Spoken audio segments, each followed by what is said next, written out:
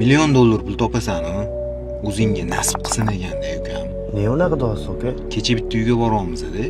Sotiladigan uy. Endi uyni shunaqa yorib tashaganlar aka. Haqiqatan bilinadi-da.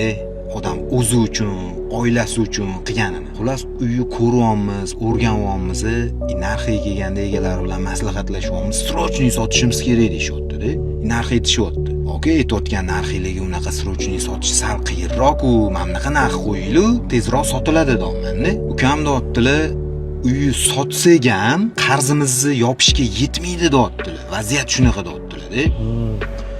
O'sha yerda bitta miya o'chdi-da 3-4 sekundga. Nima qilishni bilmayman-da. Bu yoqda bunaqa vaziyat, uy narxini mana bunaqa chiqaringlar deyaptilar. Xullas kelishgan holatda uyni ko'rdik, o'rgandik, syomka qildik, reklama qildik, ketdik. O'ylab kelyapman-da, mashina haydab. O'zimga o'zim aytayapman-da.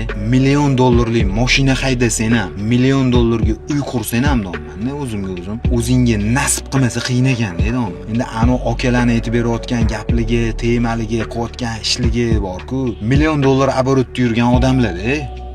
Bitta vaziyat uy sotib ham qarzi yopilmayapti-da. Million pul topishni so'raymiz-ayu, rizq nasibamizni keng qilgan deb Allohdan so'raymiz-ayu. Shu bilan birgalikda o'sha rizq nasibamizni o'zimizga nasib qilishini ham so'rashimiz kerak ekan-da.